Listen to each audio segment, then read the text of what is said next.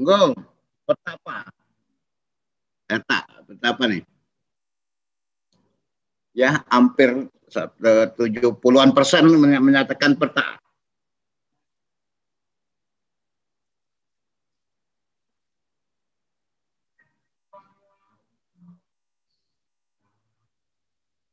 %29 menyatakan di luar peta. Mana Yarta tadi? Apa menurut Anda? Diomongin aja. Menurut saya menyerupai peta, Pak. Itu bentukannya menyerupai pulau-pulau begitu, Pak. Oh, begitu. Nah, itulah kalau kita bicara tentang persepsi gitu ya. Orang boleh melihat dari berbagai sudut pandang masing-masing. Makanya di kepala kita ya, sebanyak Anda di sini ada 91 orang, melihat sesuatu ini belum tentu sama dengan saya gitu ya, yang ingin menyampaikan kepada Anda, ini loh yang mau saya sampaikan kepada Anda lewat gambar ini gitu. Nah, jadi mudah nggak ya merubah pikiran orang gitu ya. Makanya kan komunikasi intinya persepsi. Persepsi intinya interpretasi. Interpretasi kan proses berpikir dalam korteks untuk membangun mutual understanding, makna pesan yang sama. Ini belum 90 ya. Tolong yang lain kasih komentar. Karena saya hitung sebagai absen juga ini. Ya, yang belum ngisi komentar di chat, segera kasih komentar di chat. Yang ikut-ikutan temennya juga banyak nih ternyata menyamakan persepsi ini. Kesan saya copy paste ini ada juga nih banyak nih. Ya nggak apa-apa, itulah komunikasi. Banyak membering yang cuma ikut-ikutan gitu ya dalam melihat sesuatu dengan sudut pandang orang lain. Kalau kebenaran dia dapat akses dari orang lain gitu ya. Tapi kalau misalnya nggak dapat, nah maka dia berpikir keras untuk melihat itu ya, sehingga bisa menyampaikan, oh ini ya, nah, yang dia terima lewat apa ya, kan selective exposure itu, expose itu diterima bisa lewat telinga, bisa lewat mata, pokoknya semua alat indera saja, lewat perabaan gitu, sampai dia bisa memunculkan ini yang kita maksud. Sehingga makna terakhir itu di kepala ya, di korteks. Nah, di kalangan kita aja sama-sama di perguruan tinggi melihat sesuatu itu belum tentu clear ya, apalagi nanti kalau Anda ingin membina masyarakat yang tingkat pendidikan berbeda dengan kita, latar belakang berbeda dengan kita ya, real experience-nya juga gitu, sehingga Anda lah yang paling bertanggung jawab sebagai komunikator untuk meyakinkan bahwa kita ini loh yang kita bicarakan. Nah, untuk itu seseorang yang pandai memainkan diri sebagai komunikator yang handal, dia harus sangat berhati-hati menetapkan pesannya itu untuk supaya jelas yang mau dia ingin sampaikan, gitu ya, sehingga presisi. Nah, kan ada sekarang ini istilahnya membangun data presisi, ternyata nggak mudah. Nah, menyampaikan sesuatu itu kan berdasarkan pengalaman Anda juga begitu ya, melihat sesuatu dari sudut pandang Anda. Oh, Anda latar belakangnya misalnya apa, di bidang pertanian, di bidang perikanan, di bidang kelautan, peternakan misalnya, akan melihatnya sesuatu yang berbeda. Nah, kalau Anda teliti, ya kalau Anda teliti, maka ini sebenarnya kalau orang peternakan tahu nih gambarnya nih. Ini mata nih, ini mata, ini mata. Ini nih kalau ini apanya nih, mulutnya, ya nih, di badannya, nih, di kepala itu, di kepalanya nih, kepalanya lagi menghadap kepada Anda.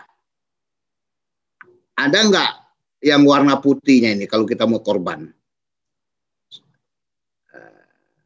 Kalau sapi Bali biasanya warnanya apa? Merah, merah apa biru? Kalau sapi Bali. Tapi kalau PO, peranaan ongol, orang Papua tahu tuh, orang peternakan tuh. Ini warnanya putih nih. Kalau kita mau korban, Pak Haji itu pengennya sapinya sehat, warnanya putih. Nah, kalau sapi Bali kan warnanya coklat. Nah, ini kira-kira sapi ini, kalau Anda lihat lambat-lambat nih. Saya ingin cerita pada Anda, sapi gede gitu. Jadi kalau mau pilih yang punggungnya rata nih, punggungnya rata sampai kepada dekat buntutnya itu. Nah, itu ya kira-kira ya. Jadi nggak mudah juga mengajak orang memunculkan persepsi itu. Harus dijelaskan berbagai simbol, berbagai tanda-tanda, ya kan, supaya bisa memunculkan sesuatu. Ini loh yang mau saya coba sampaikan. Nah, ini kuliah persepsi ini masalahnya. Coba gambar satu lagi ya. Saya kasih contoh gambar satu lagi. Nanti Laras ya yang jawab ya. Ada Laras? Laras, halo. Iya, Pak. Nah, ini gambar apa Laras? Sudah kelihatankah? Gambar pohon. Pohon.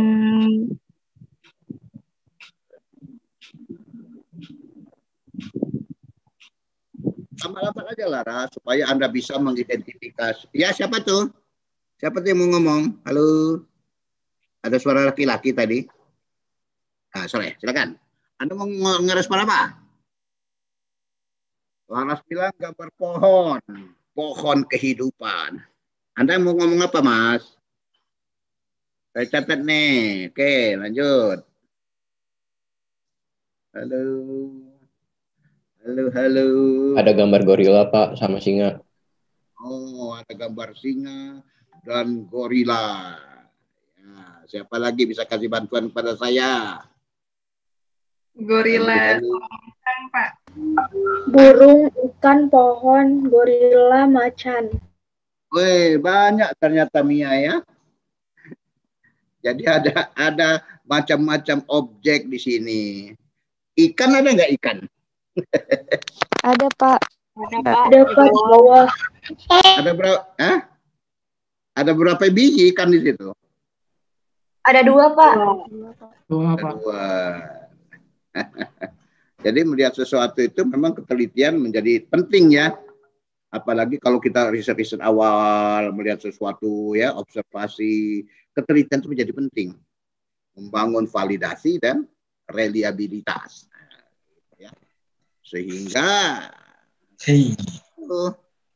harus dibangun ketelitian tidak saja dengan mata.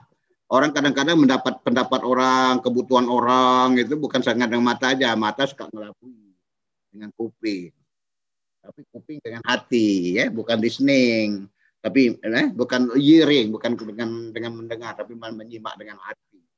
Sehingga dapat persis berbagai hal yang bisa diidentifikasi. Bisa diidentifikasi. Dan harus teliti gitu dalam melihatnya. Gitu ya. Jadi inilah untuk membangun persepsi itu. Jangan cepat-cepat memberi respon, tapi didalami, dianalisis, baru Anda memberikan respons. Ada stimulus, pelajari respons, dibangun dengan teliti. Supaya tadi makna pesan mutual understanding kita bangun dengan clearness, ya, dengan baik. Oke ya, tadi sudah semua nih memberikan jawaban untuk yang nomor 1. Saya anggap itu absen ya. Saya anggap sebagai absen. Nah, jadi kita mau cerita apa namanya tadi?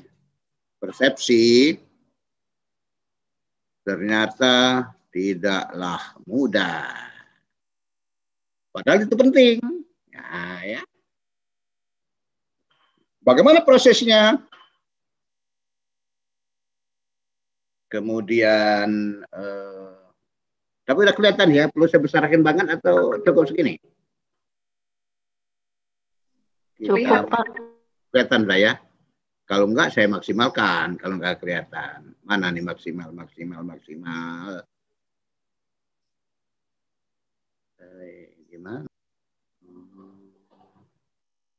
Slideshow full. Kebaca ya. Harusnya kebaca nih.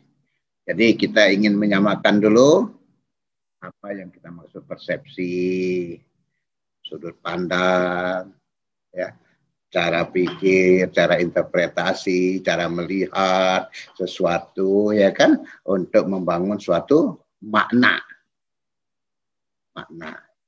Mana pesan ada di mana? Orang bilang ada di pesan, belum tentu.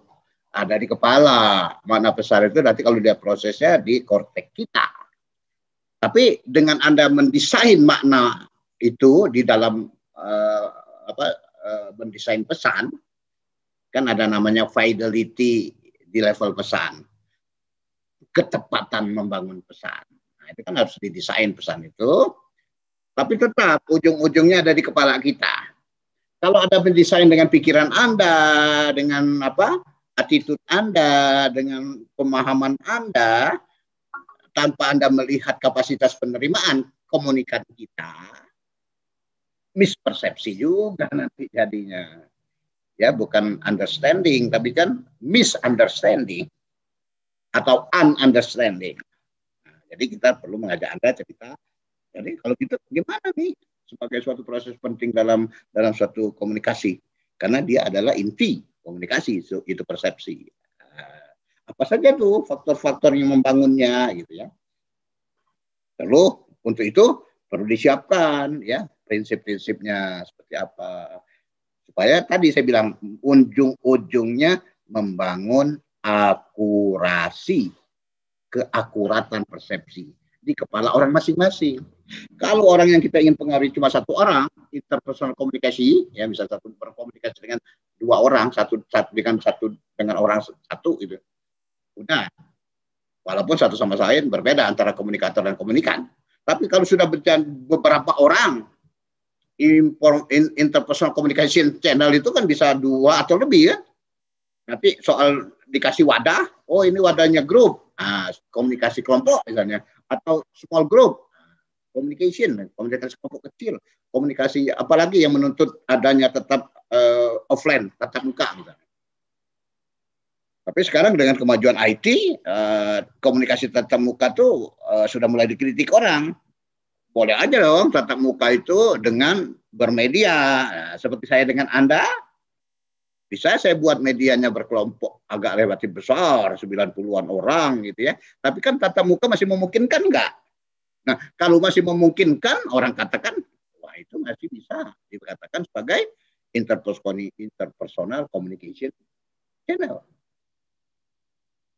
Nah, karena dia berdaring. Tapi nanti mematikan teorinya si Berlow ataupun teorinya si Rogers. Roger bilang channel itu adalah, ini teorinya si channel ini ya, Roger Everett. Nah itu dia katakan yang namanya channel adalah dibagi 2 dia bilang, yaitu interpersonal communication channel dan mass media channel. Nah, ada channel-channel menggunakan media massa. Gitu ya. Makanya saya katakan, kita ber-IT ini media massa atau bukan? Itu pertanyaannya. Siapa bisa bantu jawab? Saya menggunakan Zoom meeting yang dikirim oleh Komti kita. Komti itu apa ya? Kepanjangan Komti itu. Komandan tingkat. Nah, supaya persepsinya sama. Komti itu adalah komandan tingkat. Mungkin ada yang belum tahu tuh definisi Komti. Nah, tadi Komtinya bilang, Pak pakai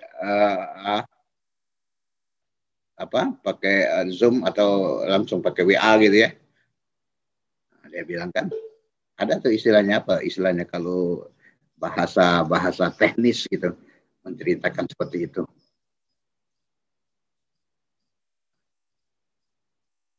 Mau pakai apa namanya dia bilang? Anonius. Apa itu istilahnya kan? Ada di grup kita itu. Tadi pagi-pagi dia kontak saya. Ini kira-kira kita mau pakai apa nih Pak? Katanya kan. Nah, ternyata saya bilang kita pakai online. Misalnya gitu ya. Jadi kalau saya mengatakan ini bukan komunikasi massa, karena definisi komunikasi massa adalah siapa komunikatornya sudah sangat jelas, ya kan? Kalau komunikasi massa itu kan, media massa itu, yaitu orang yang mempersiapkan pesan-pesan yang ingin dia pengaruhi kepada banyak orang. Masa kan banyak orang di berbagai tempat, di berbagai waktu geografikal gitu ya, yang bisa terdedah. Ada konsepnya namanya exposure, keterdedahan. Jadi exposure itu keterdedahan. Jadi jangan sampai Anda berpikir kepemilikan media, ya. Exposure itu bukan memiliki media, tapi keterdedahan. Dia dapat informasi sekali lewat dia beli rokok misalnya. Oh, di sana tahu-tahu dia ada orang nyetel TV menyampaikan sesuatu. Kan nggak harus dia miliki, kan medianya boleh milih orang lain. Ya, terekspos alat inderanya terhadap suatu konten pesan. Nah, jadi itu tadi orang menyampaikan sesuatu lewat media tertentu yang nanti bisa diterima ya dengan expose ke alat indera mereka, tidak harus ada kepemilikan media. Nah, nanti membangun makna. Maknanya pas sama, terjadilah efektivitas komunikasi. Media massa kan, makanya suka orang bilang ada media cetak dibaginya itu versus media, kalau istilahnya siapa? Istilahnya Rogers itu ada media cetak, satu lagi media siaran. Kalau Berlo katakan media cetak versus elektronik media elektronik, karena pakai dicolokkan ke listrik, memakai fasilitas listrik. Sekarang kadang-kadang nggak perlu ada listrik yang harus dicolok gitu ya, biar kabel katanya, tanpa kabel juga berkembang itu yang namanya komunikasi itu. Nah, sehingga saya kembali ingatkan bahwa jadi media massa itu orang yang menyiapkan bahan-bahan di belakang media ini.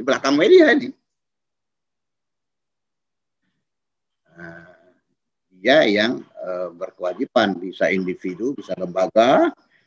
Nah, dikatakan dalam undang-undang ya, kalau dia bicara lebih jauh tentang media penyiaran, itu sebagai suatu media siaran, industri media sudah pada bisnis, sudah kapitalisme.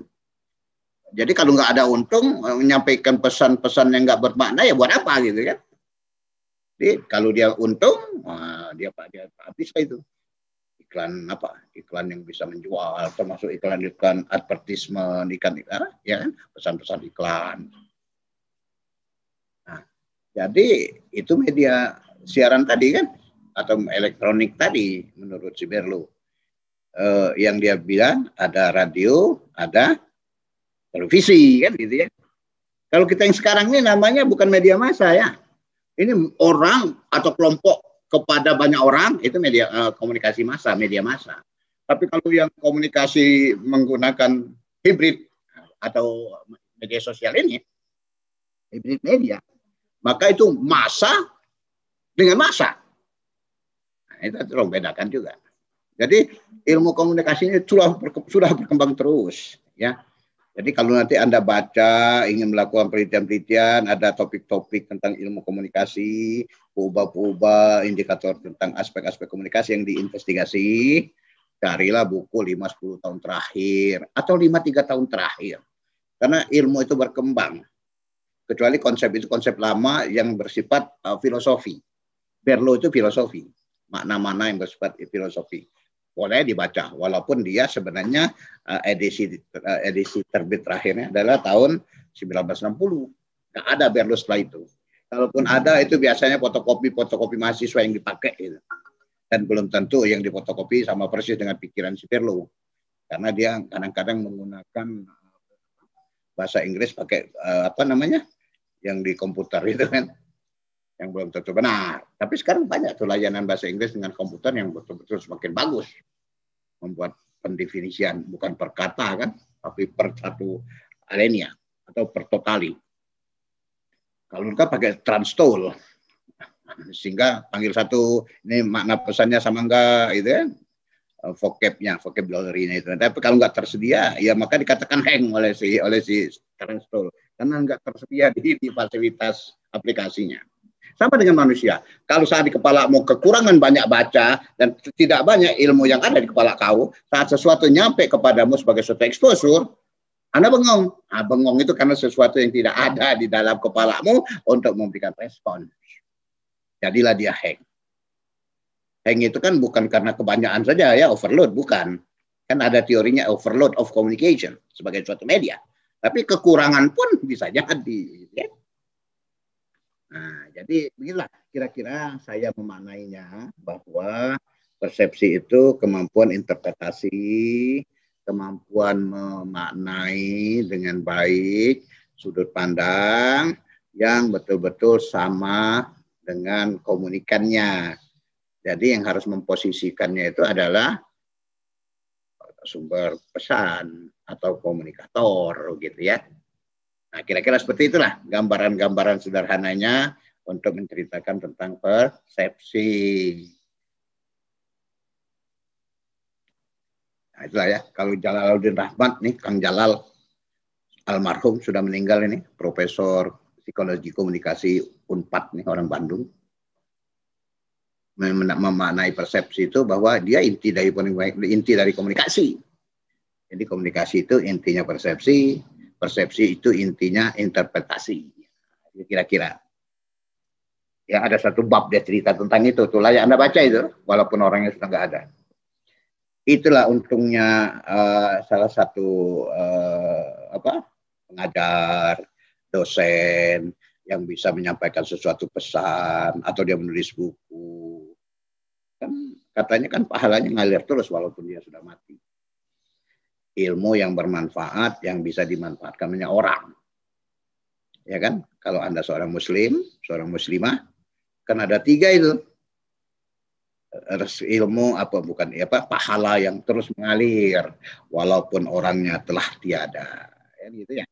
Jadi ustadz juga nih saya. Padahal sekarang ustadz nggak boleh masuk dakwah televisi kan. Dakwah radio kalau tidak disertifikasi. Ini ngelawan-ngelawan semua nih kawan-kawan saya di KPI ini. Komisi Penyiaran KPI Indonesia. Komisi Penyiaran Indonesia. Kan kalau senasional itu di pusatnya itu KPI namanya. KPI pusat. Tapi kalau dia ada di provinsi-provinsi namanya KPID. Komisi Penyiaran Indonesia Daerah. Kita ada berapa provinsi? Ada 36. Tapi baru 70-an% yang punya KPID. Emang mudah membangun suatu wadah. Siapa yang membiayai? Mau orang daerah dengan apa? Dia kan daerah punya apa? Undang-undang otonomi untuk membuat itu. Kalau dianggapnya itu penting. Ini lagi berseteru nih ya. Coba Anda dengar dengan media-media terakhir ini. Pokoknya yang namanya ustadz, yang namanya kiai, yang namanya ulama, kalau mau masuk TV, masuk radio, ada sertifikasinya. Ada izin, tidak tahu siapa yang membuat izin kemana. Kan jelas juga. Kita ini kan dakwah ini kan sampai ke desa-desa ini. Agama lain juga sama. Dakwahnya sampai desa-desa. Nah, kalau orang tinggal di desa, di pelosok, kayak saya kemarin 20 hari ada di Papua, balik ke Indonesia itu naik pesawat kecil, seorang 7 juta, nanti pesawat besarnya di Garuda 6 juta. Lebih dari 10 juta. Hanya untuk ngurusin sertifikasi. Ya, kita kadang-kadang tidak bermain dengan logika dalam membuat suatu kebijakan. Nah, minimal dia harus diizinnya di KPID. KPID adanya di provinsi kan. Tapi provinsi nggak punya KPID, lari ke pusat tadi. Terutama provinsi-provinsi yang di pojok-pojok gitu kan. Pojok-pojok. NKRI. Nah, inilah hal-hal yang banyak terjadi dan berseliweran. Nah, makna berikutnya kan DP apa tadi? Yang saya cerita awal-awal, akurasi. Makna akuratnya ada enggak gitu ya. Akurat itu pasti pada apa? Pasti pada pesan. Ya gitu ya. Dan haruslah mampu mengarahkan respons. Respons itu ada di mana? Di komunikan, di publik, di audiens kalau banyak. Dan kadang-kadang nggak kita kenal. Nah, jadi inilah konsepnya namanya exposure itu, keterdedahan tadi, bukan kepemilikan media ya, keterdedahan. Nah, saat orang terdeda, apa gunanya kepemilikan? Padahal dalam diri masing-masing, diri saya, diri Anda, punya yang namanya selective exposure. Jadi ada sesuatu itu pasti ada seleksi. Masuk ke mata, masuk ke kuping. Emang pesan yang dituliskan enggak? Lewat gelombang-gelombang bunyi yang saya sampaikan kepada Anda, diterima oleh kuping, dimaknai dulu. Yang diterima oleh kuping apa? Verbal. Bukan. Verb. Itu apa? Preverbalnya. Nanti dikombine, dibentuk lagi menjadi verbal, dikeluarkan menjadi respon. Tapi preverbal yang ada di kepala ini untuk dimaknai. Ya, kerja saraf, kerja apalah, ada 3 kerja itu secara psikologi komunikasi itu. Untuk menyampaikan preverbal di korteks, menjadikan interpretasi yang benar, nanti saat disebutkan benar gitu sebagai suatu respon. Nah ternyata ada exposure. Jangan-jangan nanti intinya diam juga sebenarnya respon. Diamnya orang terhadap sesuatu yang dia expose, ya dia terima gitu. Itu sudah respon sebenarnya. Kan pesan itu tidak harus di-verbkan kan, dioralkan, disampaikan. Non-verbnya diamnya orang itu sudah memberikan suatu makna pesan. Makanya zaman Rasulullah itu kalau mahasiswi disuruh orang tuanya segera kawin, diamnya mahasiswi itu, wanita itu setuju. Nggak perlu dituntut banyak interpretasi sampaian apa-apa ya sebagai suatu deskripsi dia. Nah, jadi saya bilang di dalam diri Anda, di saya pasti ada selective exposure. Ujung-ujungnya retensi. Retensi kan boleh dong bertahan terhadap apa yang di kepala kita. Clear itu. Apa gitu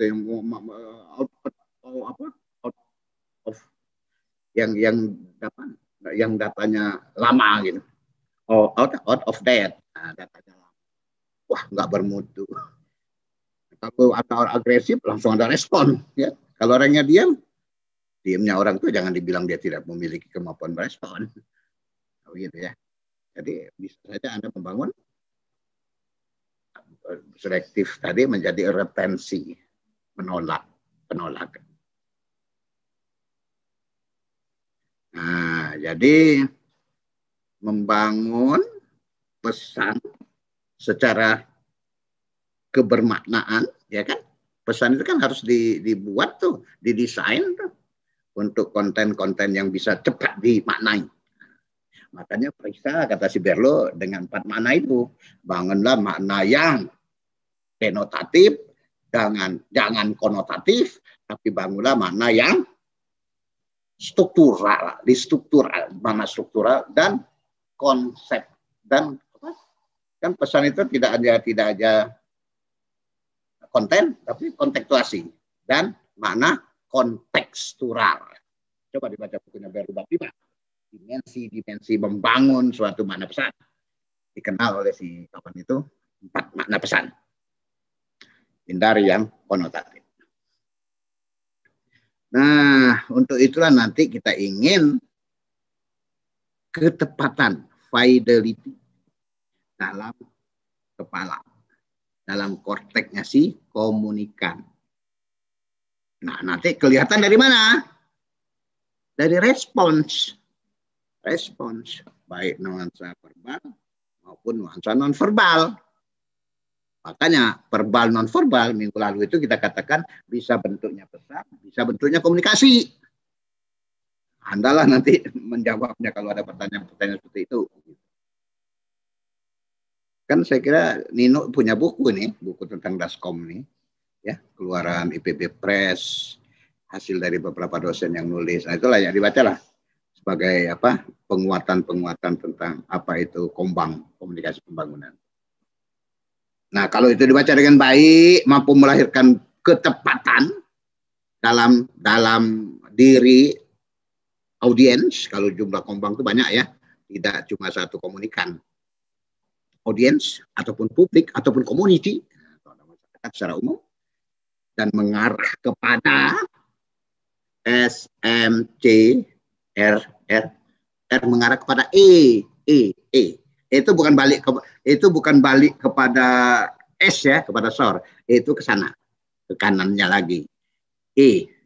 Efek of komunikasi, efek mengarah kepada perubahan berkomunikasi. Perubahan apa? Perilaku. Nah, efek itu muncul kognisinya kah? Ya, perilaku itu kan bisa kognisi, bisa dari tadi tidak tahu, iya ya, tahu. Dari tidak sadar jadi sadar, ya, membangun awareness. Jadi tidak paham menjadi paham. Jadi tadi tidak mengerti jadi mengerti. Kan ada 6 tingkatan ya, yang namanya kognitif dalam diri individu. Waduh, Mela baru masuk ya? Ini Mela masuk, hambatannya apa nih? Ketiduran atau apa? Enggak, Pak, sudah dari tadi masuk saya. Oke. Atau memang mau nanya tadi barusan berseliweran namamu. Nah, kira-kira itu ya intinya fidelity itu nanti direspon dengan baik enggak gitu ya, ketepatan penerimaan. Tapi supaya bagus komunikasi itu, kata si Berlo, fidelity itu harus dilihat di setiap elemen. Di level kita sebagai source sudah fidelity belum? Ada 4 tuh indikator ukurannya. Ya, bab 3-nya Berlo, silakan dibaca tuh. Fidelity of communication. Di level sumber ada fidelity. Di level pesan ada juga dengan 3 elemennya itu membangun fidelity. Di level channel ada juga supaya ketepatan di level channel. Ada 5. Nanti dipecah-pecah lagi di unsur-unsurnya. Saya ingetin lagi, kalau takut lupa apa itu? Pendekatan komunikasi, metode komunikasi, di bawahnya bisa bermain dengan technique of communication. Keempat itu adalah media komunikasi. Nah, jadi media komunikasi itu bagian daripada channel ya. Nah, kemudian yang kelima, software and hardware of communication. Apalagi kita sudah bermain IT. Ya, kalau enggak software-nya enggak clear, yang diterima tidak balan antara gambar dengan yang terjadi, atau antara yang Anda lihat itu ya, atau yang Anda dengar, antara suara ya, dengan apa yang kita sampaikan juga enggak sinkron misalnya. Jadi hardware dan software-nya harus kuatkan dengan baik. Itu kira-kira berkaitan dengan mengapa penting kita membangun persepsi. Karena kita ingin membangun betul-betul fidelity di level komunikan, di level receiver. Dan ujung-ujungnya membangun pesan yang akurat. Sehingga sasaran, destination of komunikasi, tujuan berkomunikasimu, ya yang paling bertanggung jawab aksi komunikasi itu kan source. Dia pasti punya destination of komunikasi kan? To informing kah? Ya kan, ada berapa? Ada 5 ya? Anda mau lari kemana gitu misalnya. Nah, yang paling clear memunculkan makna pesan yang sama untuk merubah perilaku. Perilakunya tadi, kalau kita to informing, maka pasti kawasan yang mau dirubah di efek of komunikasi adalah kognitif. Kalau yang kita ingin membangun adalah to persuatif, kan ada juga tujuan berkomunikasi adalah to persuatif, to motive, to educate. to entertain, macam-macam itu komunikasi itu. Nah, kalau itu persuasif, maka nanti kawasan yang dibangun bukan sekadar kognitif, naik dikit ya, kawasan afektif. Jadi proses afeksi, nuansa emosional, nuansa sikap, nuansa hati. Nanti yang paling tinggi apa nih? Yang ininya membangun apa? Di efek tuh kognitif, afektif. Efek terakhir apa? Konatif, membangun tindakan. Nah, jadi belajar minggu ke-7 tentang persepsi ini menjadi penting kalau menurut saya. Ya, kalau nggak percaya, ini beberapa hasil penelitian yang meyakinkan pentingnya persepsi. Jadi untuk mengajak orang itu partisipatif, ada kan destination of komunikasi, ada satu buku lagi di samping 5 itu ada yang ke-6 tuh partisipatif, mengajak orang untuk partisipasi dalam kombang, dalam komunikasi pembangunan, dalam kegiatan-kegiatan yang diworo-woro oleh kombang komunikasi. Nah, maka menuntut partisipasi itu menggiring kepada persepsi juga. Nanti gimana partisipasi bisa clear tanpa persepsi yang mensupport betul-betul partisipasi yang seperti apa yang kita ingin tuntut. Ya, Anda boleh baca tuh. Ya katakan untuk itu partisipatif itu bukan pada konatif saja, pada tindakan saja. Dimulai dari tahapan perencanaan. Ya kan? Oh, sebelum perencanaan dapat suatu dokumen untuk pegangan melakukan suatu komunikasi pembangunan, jangan-jangan diskusi dulu. Pra perencanaan. Kan banyak orang begitu kan, yang namanya komunikasi pembangunan top down, terima jadi ini yang harus dilakukan. Tanpa itu kan bukan kebutuhan saya. Dasar komunikasi itu kan supaya proses bagus kan needs, kebutuhannya sih kita. Kalau jumlahnya banyak ya community kita, audiens kita, public kita. Jadi mau plan perencanaan, atau nanti sudah mulai action, nah gitu ya, melakukan pelaksanaannya, atau nanti tadi memanfaatkan. Nah, tapi sebelum itu kan habis pelaksanaan itu ada monitoring evaluasinya kan gitu. Ada melihatnya sebagai 4, sebagai 5 tahapan, sebagai partisipatif dalam pembangunan misalnya kan. Tapi supaya bagus, masuklah nuansa-nuansa komunikasi. Bahasa komunikasi dalam suatu pembangunan namanya kombang, komunikasi pembangunan. Nah, dengan banyak orang, banyak masyarakat sebagai sasaran kombang, wah tentu persepsi ini menjadi penting. Nah, untuk itu banyak penelitian melihatnya dari sisi effectiveness communication-nya. Seperti apa? Oh, kita punya program ini misalnya. Program Kukesra misalnya. Apa pula nih Kukesra ini?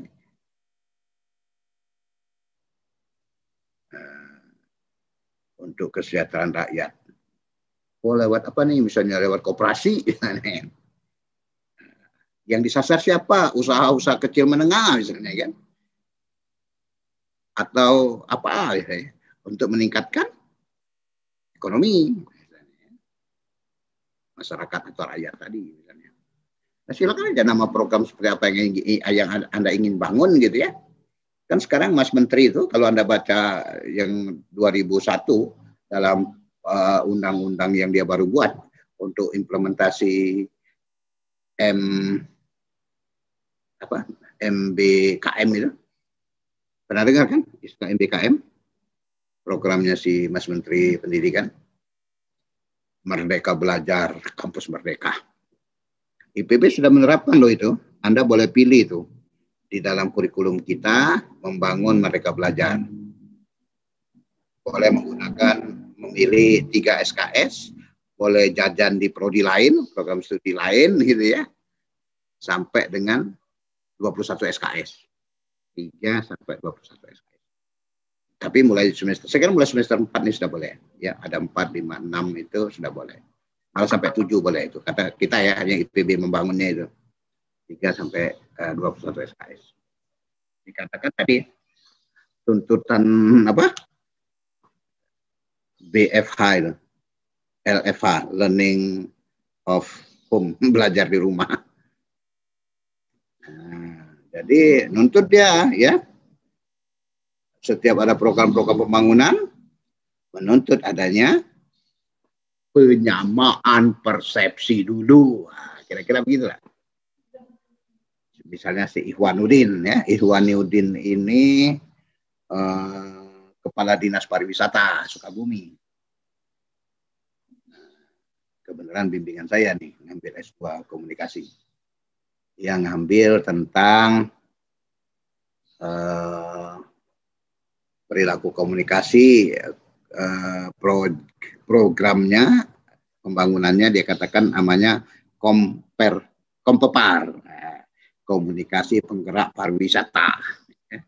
Dan tentu banyak peserta-pesertanya kan. Nah, kita ingin lihat seberapa jauh nih orang-orang di kelompok itu sendiri melakukan apa yang menjadi kebijakan-kebijakan dia. Karena dia pejabat, dia memilih sesuatu yang berkaitan dengan program-program dia gitu kan. Sehingga nanti bisa dia masukkan, dia selipkan juga itu. Proposal dia itu dianggarkan, dibiayai oleh apa itu kalau di daerah itu? Ya, BUMD, apa namanya? Anggaran daerah layak APBD. Ya, nah, dia dianggarkan oleh dana APBD dia itu. Ketok palu oleh legislasi, dia didanai. Pembimbingnya happy juga tuh karena ada dana konsultasi, dana apa namanya, dia melakukan penelitian sudah benar belum akurasi pesannya, sudah benar belum instrumentasinya. Nah, kami dikasih dana supervisi. Kan instrumen harus diuji coba dulu, jangan langsung collecting data kan. Terus kita lihat dia melakukan juga sendiri walaupun dia punya kewenangan nyuruh anak buahnya. Nah, dia mau pakai anak buah, silakan aja di coach dulu, dilatih dulu. Makanya di uji coba itu sekalian melatih beberapa orang sebagai enumerator untuk ambil data-data dia. Nah, selesai saja dia melakukan kegiatan-kegiatan itu mencari sponsor. Nah, ini Anda nih ya, saya kasih tahu nih, ada peraturan menteri untuk dikti. Kan ada dua sekarang, dikti dan diksi. Ada masuk bukan vokasi tapi dikti. Ada dana-dana kegiatan Merdeka Belajar yang bisa dikawinkan dengan membuat skripsi, menyelesaikan skripsi. Kan Anda ujung-ujungnya kan membangun proposal kan. Nah, Anda bisa usul itu. Ada pembimbing tahu untuk sebagai tempat diskusi, tapi yang membuat bukan pembimbing, kamu lah yang akan tahu proses proposal. Buatlah proposal skripsi yang bagus, masukkan ke dalam. Ya, sekarang sistem online semua itu. Nah, nanti dibiayai oleh Kementerian Pendidikan itu. Ya. Kalau dosen kan lewat Simlip Tapmas gitu ya. Untuk riset, untuk macam-macamnya. Kalau Anda ada riset-riset mahasiswa yang dibiayai dengan kegiatan namanya program itu MBKM. Merdeka Belajar Kampus Merdeka. Nah, jadi ini banyak celah nih, tinggal pandai-pandai kau melihat peluang. Saat orang menawarkan suatu aktiviti ini, kita sudah punya ide, tuliskan. Kan proposal kan mudah buatnya. 12 lembar, 20 lembar, di belakangnya dikasih appendix, kuesioner, sudah. Kasih ke mereka, ditandatangan oleh pembimbing tentunya. Anda dan pembimbing. Kalau perlu ada pengesahan si departemen. Kan unit pembelajaran paling bawah itu di suatu fakultas kan departemen.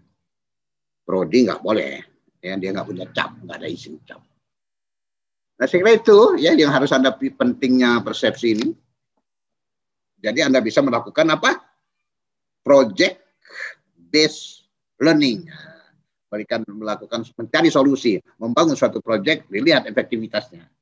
Atau apa istilah Mas Menteri kemarin di samping project based learning, problem based learning, melihat dari problem-problem rakyat, ada nggak jalan keluar untuk dijadikan penyelesaian. Ada problem menjadi PM, pemecahan masalahnya. Ya, ada masalah, bagaimana memecahkan masalahnya. Nah, jadi mahasiswa harus kreatif-kreatif gitu ya, jangan cuma textbook thinking, baca textbook doang. Sekarang aja ke perpustakaan nggak bisa. Tapi tetap mencari sumber-sumber referensi itu kan bisa pakai daring, library online kan bisa dibuka, gitu ya. Carilah tadi 3-5 tahun terakhir supaya nuansa kekiniannya menjadi bagus, menjadi bermutu. Tapi kalau saya dengar kalau di departemen saya ya SKPM itu 10 tahun terakhir masih boleh. Carilah data-data 5-10 tahun terakhir untuk menguatkan tentang pesan, tentang permasalahan penelitian yang ingin diangkat, misalnya seperti itu. Ya DLL itu lain-lain itu cari sendirilah gitu. Ini kan saya bacain hanya punya orang ini, saya improvisasi saja. Ini yang buat anunya nih, koordinatornya ini, dosen muda. Ya. Jadi makanya kalau mau ditanya silakan ditanya, karena PowerPoint nanti kita kasihkan kepada Anda lah. Jadi persepsi itu harus disiapkan. Jadi setiap ingin berkomunikasi, Anda harus siap dulu. Nanti aja lah pokoknya apa yang mau di ini saya sambil jalan aja. Udah nggak bisa begitu lagi. Apalagi kalau Anda di belakangnya sudah ada embel-embel menjabat sebagai apa gitu. Nah, sebagai institusi, sebagai pimpinan institusi nggak bisa semau kita. Jadi dia harus disiapkan dan harus bermutu, pesan-pesan bermutu. Jangan sampai menjadikan satu sambutan hari ini dengan besoknya lagi kayak ulang tahun. Itu aja yang diulang-ulang. Karena tidak punya wawasan, tambahan, pengetahuan, informasi, news, berita-berita baru yang bisa Anda improvisasi dalam mengemas pesanmu. Jadi setelah Anda mampu tadi menyiapkan ini, dilatih bagaimana menyampaikan, kan itu jadi penting juga. Nah, jadi prinsipnya adalah persepsi itu ada memberikan makna pesan terhadap stimulus itu pesan itu, makna terhadap stimulus yang ditangkap oleh tadi 5 alat indera kita tadi, sensori indrawi manusia. Tapi kalau Anda sudah sangat tinggi kontemplasi, bahasa komunikasinya kontemplasi, perenungan, Anda sudah bisa pakai indera ke-6. Untuk menguatkan lagi. Tapi dalam teori kedokteran mana ada indera ke-6? Inderanya sampai 5 aja. Nah, yang nanti melibatkan sensasi, atensi, ekspektasi, motivasi, dan ujungnya yang paling dalam di kepala kita, di otak kita adalah memori. Jadi kalau mau menyampaikan suatu pesan dikemas yang membangun sensasi, orang melihat, wah, langsung wah, ada taste. Nah, itu akan menarik sensasi, menarik atensi. Nah, kalau perlu dibangun ekspektasinya. Tahu kan ekspektasi? Harapan-harapan Anda, tapi dikawinkan dengan harapan-harapan komunikan. Supaya nyambung. Nah, di dalamnya ada teori motif. Mendorong orang, mengajak orang, membujuk orang, terhadap sesuatu perbaikan dari diri orang tersebut. Nah, jadi kalau Anda sendiri lempem, memotivasi diri aja gak bisa, gimana memotivasi orang? Itu pertanyaannya. Ya, komunikator tuh ada motivator juga. Nah, harus banyak baca yang bermutu dan punya apa? Saya selalu ingatkan itu. Jangan STMG. Tapi bangun diri Anda, pikiran Anda menjadi LTM. Ya, jangan STM, tambah J. Jae. Short term memory. Ya kan? Atau apa kalau bahasa orang di pojok warung tuh? STMG, susu telur madu, kasih jahe. Jangan short term memory, tapi jadikan diri Anda menjadi long term memory. Caranya gimana? Banyak baca. Oh, kalau kita memang tingkat long termnya belum optimal, masih agak dikit-dikit lupa, Anda buat catatan. Jadi kalau ada kuliah ini, ada pertemuan pembicaraan apa yang agak penting-penting menjadi ada penting, catat. Maka kalau wartawan ya, kalau saya melatih wartawan muda, itu saya suruh ini, panitianya siapkan notebook yang bisa dikantongi. Jadi kalau dia sangat ingin menyampaikan sesuatu, dia buat poin-poin saja. dikit gitu. Kalau Anda boleh pakai kartu nama belakangnya kalau punya kartu nama. Nah, itu untuk membangun daya ingat. Jadi kalau lupa ada. Jadi banyak baca dan sering diulang. Jadi dengan repeatable, daya ingat menjadi tinggi dan dia akan nempel di kepala kita menjadi memori. Jadi itulah kiat-kiatnya. Makanya ilmu komunikasi ini termasuk Kompang ini bisa dari bersifat filosofi, bersifat keilmuan, bisa diteliti, bisa di ini, dan bisa juga diimplementasikan menjadi sesuatu yang praktis, ilmu-ilmu praktis. Sampai untuk menjadi MC kan. Teman-teman saya sekarang sudah pada MC semua di angkatan saya nih, yang mau masuk angkatan 60 atau sebelum 60 kemarin. Tahu kan MC? Ngomong cucu. Nah, kalau Anda MC itu apa? Seremonial itu kan. Menjadi pembawa acara. Tidak mudah. Ngomong aja masih dipoles dulu dong, ya. Nah, seperti itu. Nah, silakan didefinisikan gitu ya, bahwa persepsi itu adalah proses sadar yang memang Anda harus siapkan untuk membangun komunikator yang bagus, sehingga orang melihat suatu objek, suatu sirkumstansi peristiwa, kejadian, gitu ya, situasional, karena kontekstuasi tadi, yang dia kira-kira disampaikan oleh komunikan, disimpulkan dengan harapan-harapan yang di kepala komunikator tadi. Nah, jadi prosesnya memang di dalam komunikan itu proses berpikir. Padahal Anda sebagai komunikator ingin menyampaikan suatu stimulus, apa yang mau diomongkan, apa yang mau diucapkan. Anda sebenarnya melakukan interpretasi juga di kepala kau ini kan, kira-kira apa ya, kata-kata apa ya, kontekstuasi yang bagaimana ya yang mau saya sampaikan nanti, sehingga nanti mudah diterima oleh komunikan saya, oleh audiens saya, oleh publik saya. Nah, jadi sebenarnya Anda juga berpikir di dalam kepala kau ini.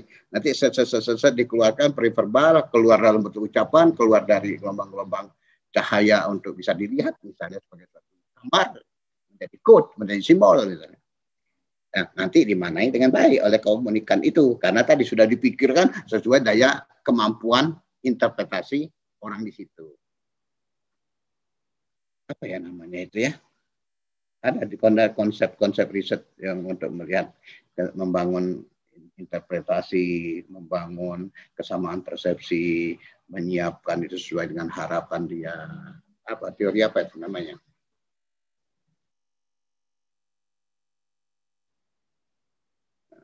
Ada teorinya itu. Nah, nanti memang dituntut banyak belajar kalau ingin melakukan suatu riset-riset komunikasi. Karena saat kita mengatakan ini penelitian kita komunikasi, Anda harus membangun konsep-konsep komunikasi yang harus lebih banyak. Minimal 67% adalah variabel-variabel yang mau dilihat adalah masa komunikasi. Kan gitu ya. Silakan kalau ada pertanyaan. Saya lebih senang menjawab pertanyaan kalau PowerPoint ini bisa Anda ambil, bisa Anda pelajari sendiri, gitu.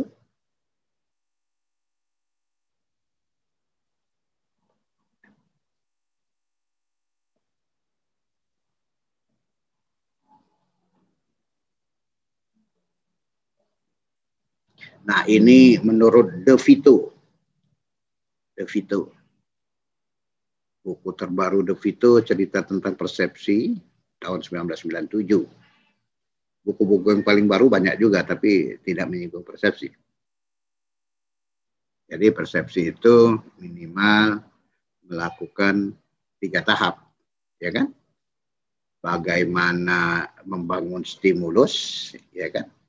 Yang bagus, yang mau disampaikan, ya, baik dalam bentuk bunyi, suara, maupun dalam bentuk gambar-gambar yang nanti bisa ditangkap dengan baik oleh kuping, oleh mata, oleh alat indera yang lain di risi komunikan kita untuk membangun sensasi.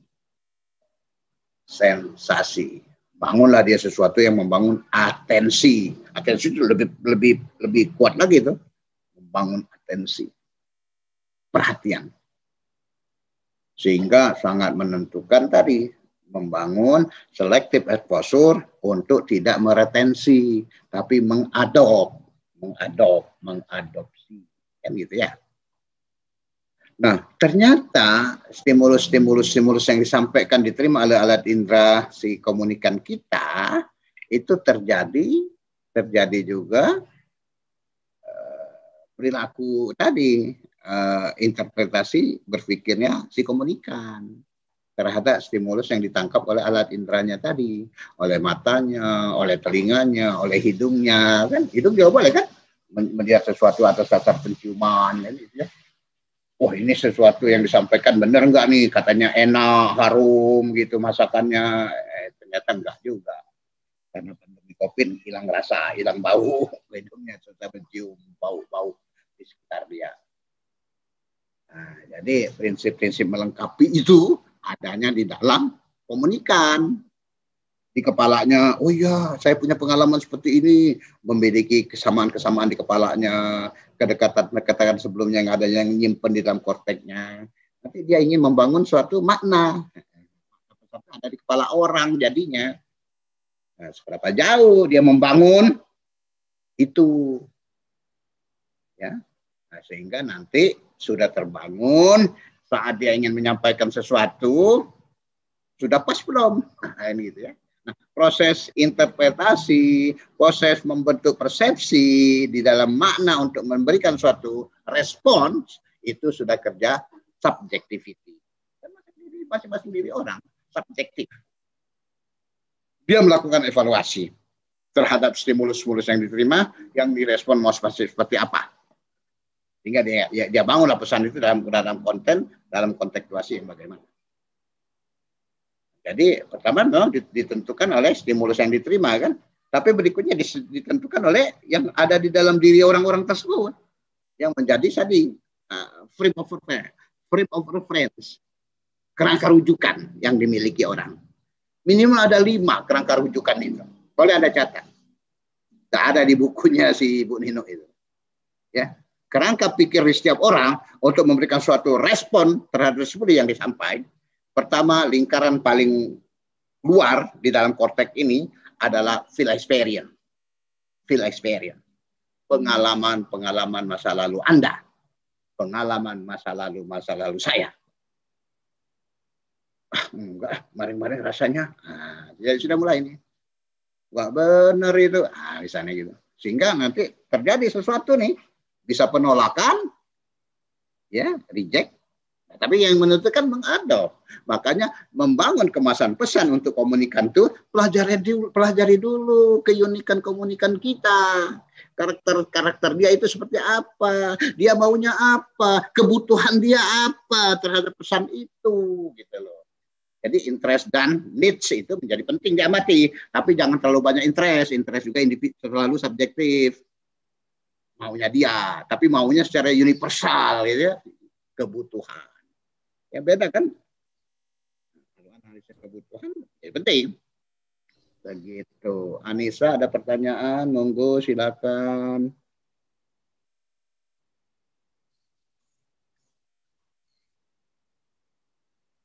Belum ada, Pak. Belum ada. Oke, Anissa Dwi Widya. Nah, jadi intinya seperti itu tadi, ya. Lingkar paling luar itu namanya apa? Apa tadi Anissa namanya? Lingkar paling luar saya baru cerita tadi. Halo Nisa.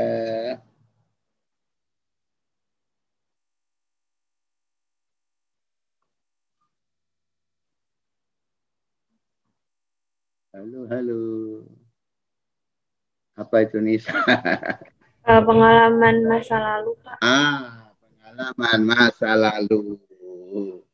Akhirnya dia dia melompat ini tadi. Di mana tadi? Ini ya saya cerita ya. Oke, saya buka lagi dulu slideshow-nya.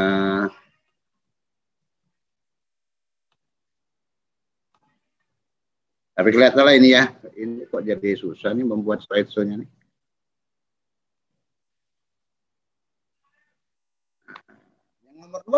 Yang nomor 2 knowledge, pengetahuan yang paling luar. Kedua adalah knowledge, pengetahuan, baik yang dia dapat dengan otodidak. Tahu kan otodidak? Oh, hasil cerita nenek, kalau kita lagi tidur suka ceritain, oh baca-baca buku sendiri, oh diskusi dengan ini gitu ya. Atau memang sudah dalam kegiatan-kegiatan formal, proses belajar misalnya kan, boleh-boleh aja kan. Sehingga membentuk juga tuh pengetahuan itu. Filter pertama lewat, kita ingin menyampaikan suatu stimulus tadi, yang kedua, membangun retensi dulu, selektif lagi dia terhadap putaran kedua. Nah, kalau itu juga ada mengemas pesan atas dasar pengetahuan yang dimiliki oleh lawan bicara kita, mudah-mudahan lingkar kedua bisa tembus tuh. Nah, kira-kira seperti itu. Nah, jadi harus perhatikan ya yang ini tadi seperti apa. Yang ketiga apa nih? Yang ketiga itu adalah yang di dalamnya ada unsur values dan norm. Nilai-nilai dan norma aturan, norma-norma. Norma itu bisa aturan tertulis, tidak tertulis kan, bisa sudah sangat legal gitu ya sebagai suatu prosedur, suatu aspek hukum gitu misalnya kan. Membangun itu yang nanti menjadi filter ketiga itu. Namanya belief. Kepercayaan, membangun kepercayaan, membangun keyakinan. Tapi nuansanya, belief itu nuansanya adalah rasional, masih rasional, masih menggunakan akal sehat. Ya, rasanya tadi pengetahuan dan pengalaman masa lalu tadi yang menguatkan. Ya, beda dengan religions. Religion itu sami'na wa ata'na. Agama apapun. Kali ini masih rasional. Jadi ada banyak pertimbangan di situ. Nah, mudah nggak mensasar yang nomor 3 itu? Nggak mudah juga. Ya kan? Sehingga nanti ujungnya membangun sikap. Oh, sikap yang filter keempat itu untuk merubah. Kan pesan itu kan boleh kepada sudah afektif, boleh kepada konatif. Di antara afektif konatif ada namanya cenderung membangun sikap. Cenderung, belum bertindak tapi sudah punya nawa itu. Nah, kira-kira gitu ya. Sudah untuk membangun drive. Nah, filter keempat jauh lebih susah lagi. Yang paling dalam itu yang paling susah merubahnya. Namanya memori. Nah, itu kan filternya paling itu memori.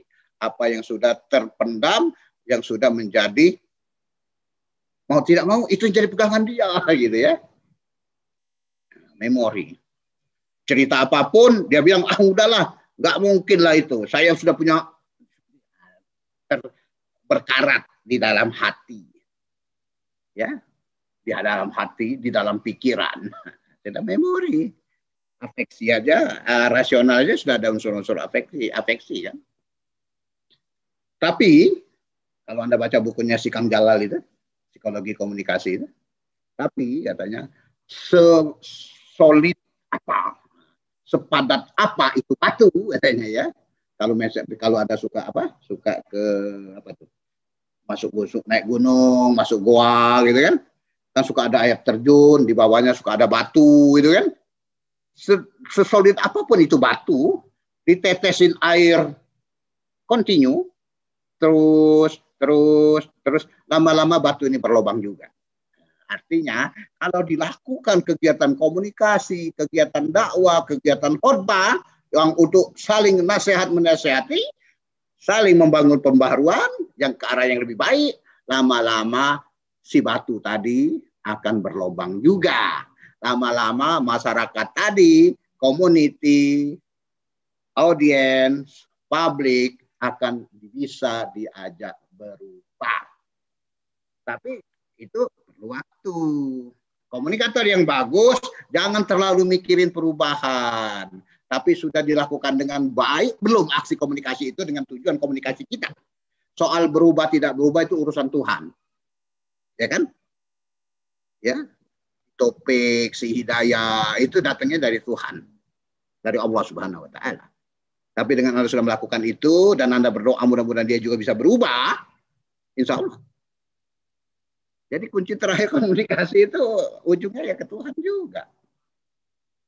Nah, tapi kalau Anda sudah desain dengan baik, fidelity di setiap elemen untuk membangun kesamaan mana yang baik di dalam persepsi, nah itu sudah kerja bagus. Seorang komunikator yang andal. Lebih-lebih kalau Anda ingin menjadi singa podium, ya pandai membangun public speaking. Oh itu praktis. Tidak W1 W51 H1P, bisa sampai 3 tuh. Practice and practice. Latih, dan latih. Makanya komunikasi ini ilmu yang bersifat praktis. Ya, yang harus banyak dilatih. Nah, itulah proses persepsi, membangun makna pesan yang sama, jangan-jangan bukannya adopt tapi reject. Nah, inilah kerja kita ya sebagai kawan-kawan penggiat kegiatan persepsi itu.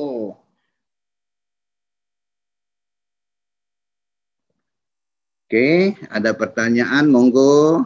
Silakan kalau ada pertanyaan berkaitan pemahaman proses, ya, apa itu persepsi. Kan persepsi itu kan pada pada setiap orang ya, subjectivity. Makanya persepsi itu untuk melihat suatu objek amatan, objek pembicaraan. Itu nanti sifatnya tadi subjectivity berarti bermain interpersonal kan gitu ya. Tentang benda, tentang orang yang diajak ngomong. Yang diajak ngomong itu bukannya benda pula, bukan objek ya, tapi dia adalah human, manusia. Manusia itu punya pemahaman, punya pengetahuan, punya maunya apa kan gitu ya. Jadi kerja membangun fidelity pesan terbaik dalam bentuk simbol ya, sign dan kode pesan itu menjadi sesuatu yang penting. Baru dibalut ya dengan kontekstuasi ya. Kemasan pesan itu, desain pesan itu jangan terlalu percaya dengan konten saja, tapi perhatikan juga kontekstuasi. Makanya kalau Anda baca bukunya Berlo, di bab 3 itu dia gambar tuh. SMCR, balik ya. Balik itu berarti bukan efek ya. Kalau dia balik namanya F, feedback. Tapi apa lawan feedback gitu? Ada nuansa lawan feedback. Ada nuansa noise. Noise itu karena bukan sekadar konten, dibilang situ kata si Berlo, tapi nuansa kontekstuasi. Nggak tepat waktu, nggak tepat kondisi, nggak tepat lokasi saat ingin membicarakan konten yang sudah dibangun dengan baik.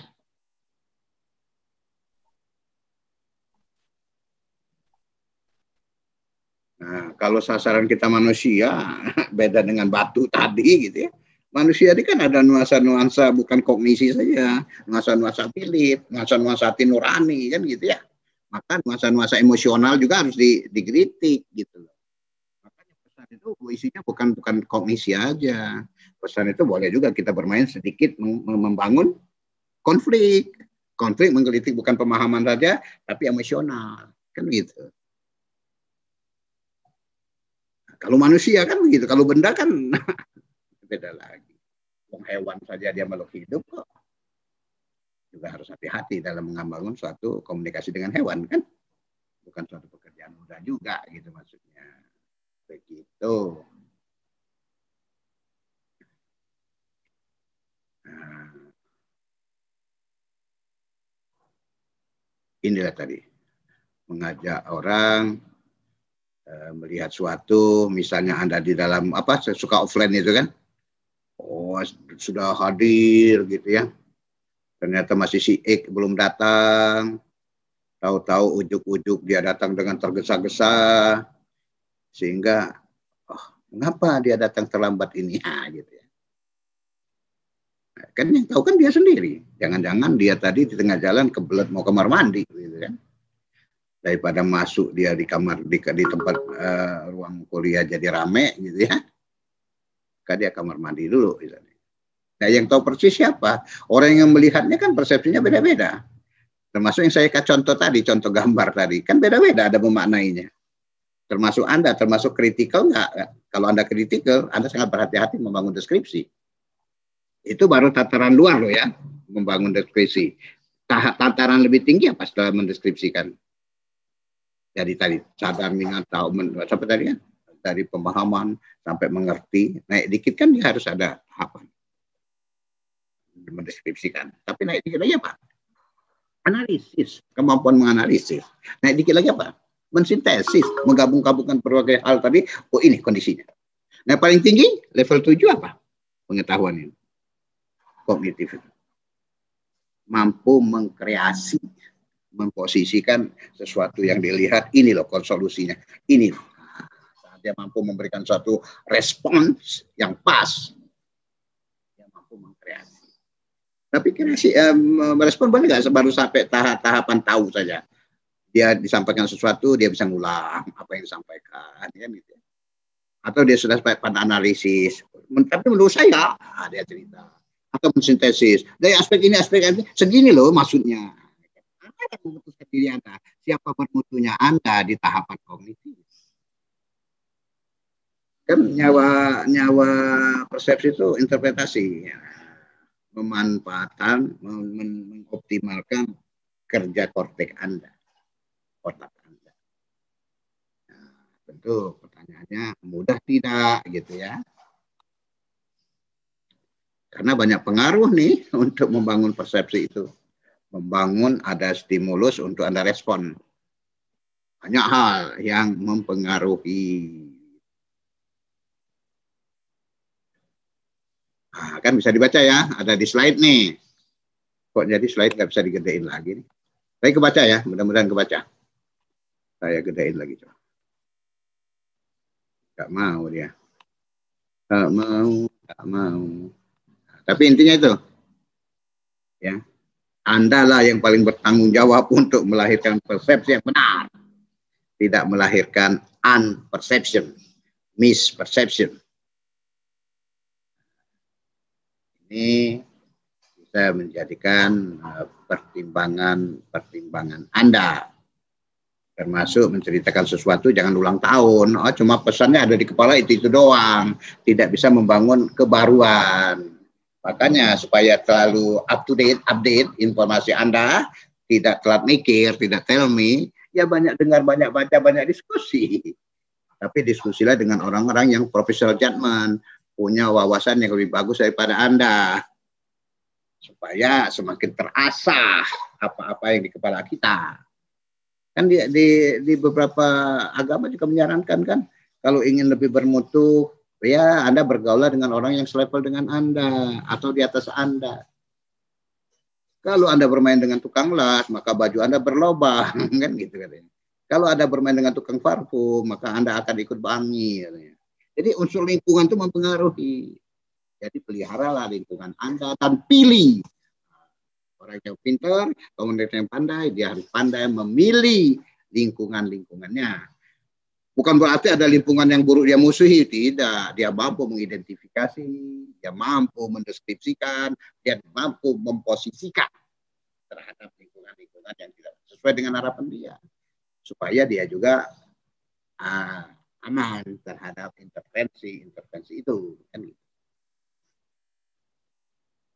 Ya, yang menjadi gangguan itu dalam kita hidup ini, ya, dalam kita membangun interaksi-interaksi verbal, orang yang mencelakakan kita itu nggak orang jauh, orang di sekitar kita yang kita kenal. Tapi kalau Anda nggak pindah pandai melihat lingkungan Anda tercecer sendiri, Anda diperdaya sendiri oleh orang-orang lain. Boro-boro memberdayakan tapi diperdaya.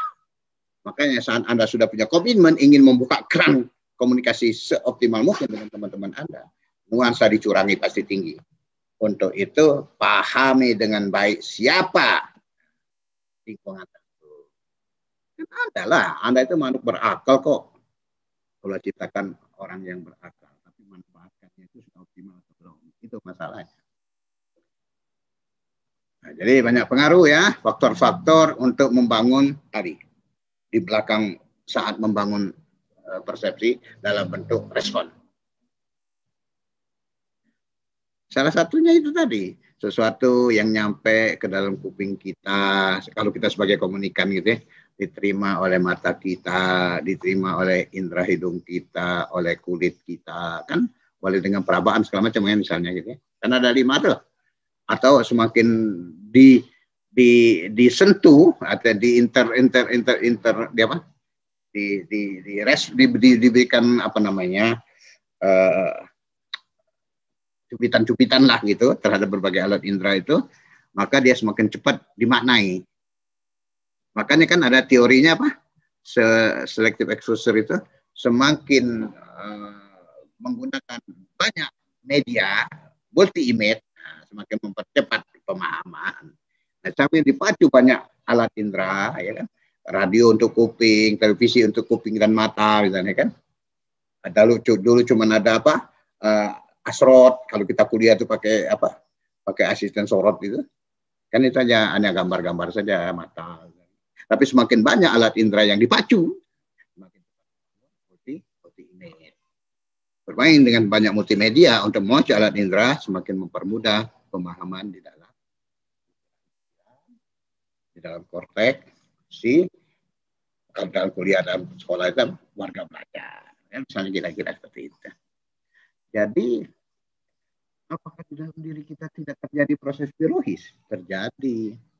Saat kita ingin menyampaikan sesuatu, tahu-tahu di pikiran kita tidak optimal, jadi hang. Enggak. Sebenarnya kita bisa interpretasi, tapi nggak bisa kita sampaikan dengan baik. Kan suka orang apa yang namanya stroke gitu kan, pikirannya bagus, tapi untuk mengolahnya sampai ingin menjadikan menjadi preverbal kembali untuk disampaikan sebagai suatu respon susah, kan penyakit. Tapi bisa nggak diobati? Ada lab komunikasi untuk membangun orang-orang stroke untuk bisa berbahasa baik kembali juga ada. Atau pendengaran gitu ya. Kalau orang nggak punya pendengaran itu kan suka apa? Pakai bahasa isyarat. Tapi sekarang ada teknologi canggih kok. Yang nggak bisa peka lah bahasa daerah saya itu peka. Itu peka itu taruh sini, orang-orang tuli itu jauh bisa mendengar lebih baik kan gitu. Yang masalahnya bukan sekadar fisiknya saya yang sakit, bukan sekadar kupingnya atau di dalam kupingnya yang sakit, psikisnya yang sakit. Nah, mengobati psikis itu jauh lebih susah, bukan tidak ada obatnya. Tidak mau mendengar, misalnya kan, psikis. Sama dengan kemampuan bicara. Kalau sudah bagus, suatu saat jadi telo karena Anda kena stroke juga, kan tidak bisa juga. Untuk itu, nanti sadarnya bahwa nikmat Allah itu banyak kalau sudah sakit. Makanya rajin-rajin membesuk orang sakit, supaya kita sadar nikmat Allah itu banyak, tidak dengan materi saja. Banyak-banyak mengunjungi orang mati, ingat mati. Oh, jadi nikmat Allah juga banyak. Kan ada tuh nikmat Allah yang mana yang akan apa itu? Yang ada. Nikmat Allah mana yang Anda itu kan ada di surat Quran apa itu namanya? Ar-Rahman, Pak. Ar-Rahman. Benar. Yang Allah apakan itu coba rasain.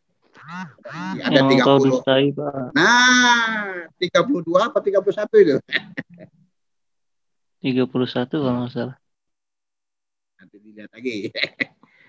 Jadi saya hanya mengingatkan aja itu. Jadi ilmu itu memang sebenarnya di dalam suatu agama itu diceritakan juga. Nah, gitu. Ya, Rasid ya dan kawan-kawan. Jadi faktor biologis menjadi penting. Termasuk kalau kita ingin mencapaikan sesuatu, kita lagi nggak sehat. Kan males juga ngomong gitu kan, kadang-kadang ya. Atau dalam cuaca dingin gitu ya. Boro-boro ngomong-ngomong, mikirin dulu supaya dingin ini bisa terjawab dengan baik. Apa cari sikung panas gitu ya, atau makan bandrek, atau cari pemanas kan gitu. Nah, tapi kalau penyakitnya adalah psikis, sosio-psikis, nah itu ya jauh lebih karena harus dicarikan dulu penyebabnya. Tapi ada nggak obatnya? Ada, selalu. Setiap penyakit pasti ada obatnya, kira-kira begitu. Nah, jadi itu ya yang berkaitan dengan faktor-faktor yang harus diperhatikan, biologis dan psikis. kepala sosiosikis, karena sosio itu orang, dalam diri orang. Nah, kemudian baru lingkungan tadi, ya faktor lingkungan yang sudah saya sebutkan sebelumnya. Bagian daripada faktor situasional. Ya kan, kalau kita besok orang sakit, Anda kayak ngomong sama teman-teman di kantin kampus atau di atas bus, ya, orang malah bingung kan gitu. Kalau Anda main ke Berlin gitu, berkunjung ke rumah keluarga di sana misalnya kan, atau ada kegiatan Komdep, Community Development, itu orang ngomongnya nggak kayak kita kenceng-kenceng dalam satu rumah itu. Jadi kalau nanti Anda tinggal di satu apartemen, orang jadi ramai itu kalau Anda ngomongnya masih menggunakan kultur kita. Jadi kultur itu sangat mempengaruhi juga ya. Kultur itu kan situasional juga, lingkungan juga sebenarnya. Bahasa itu bagian daripada kultur ataupun budaya misalnya gitu ya. Makanya kalau Anda orang dari Maluku, tinggal di tepi pantai gitu kan, kalau ngomong itu harus kenceng emang. Kalau enggak kalah sama ombak, enggak ngerti apa yang diomongkan kan. Tapi kalau orang pegunungan yang adem ayem, itu biasanya ngomongnya juga raus itu. Nah, bahasa Sundanya enak gitu ya. Apalagi Sunda Priangan itu. Kayak Sunda Bogor kan. Sunda Bogor mah kasar itu bahasanya. Ini nggak tahu nih, Anda sekolah di Bogor nih, orang-orang dari luar Bogor, dan luar Pulau Jawa, luar dari Sunda ini nggak punya pulau nih, dia nyumpang juga dengan orang Jawa nih. Sudah bisa nggak bahasa Bogor, bahasa Sunda, bahasa Priangan yang paling bagus lagi. Harusnya bisa, itu namanya kemampuan tadi, faktor situasi, menyesuaikan dengan lingkungan, mampu beradaptasi. Tadi saya bilang tadi, teori apa dalam komunikasi? Teori empati. Empati. Assalamualaikum Pak.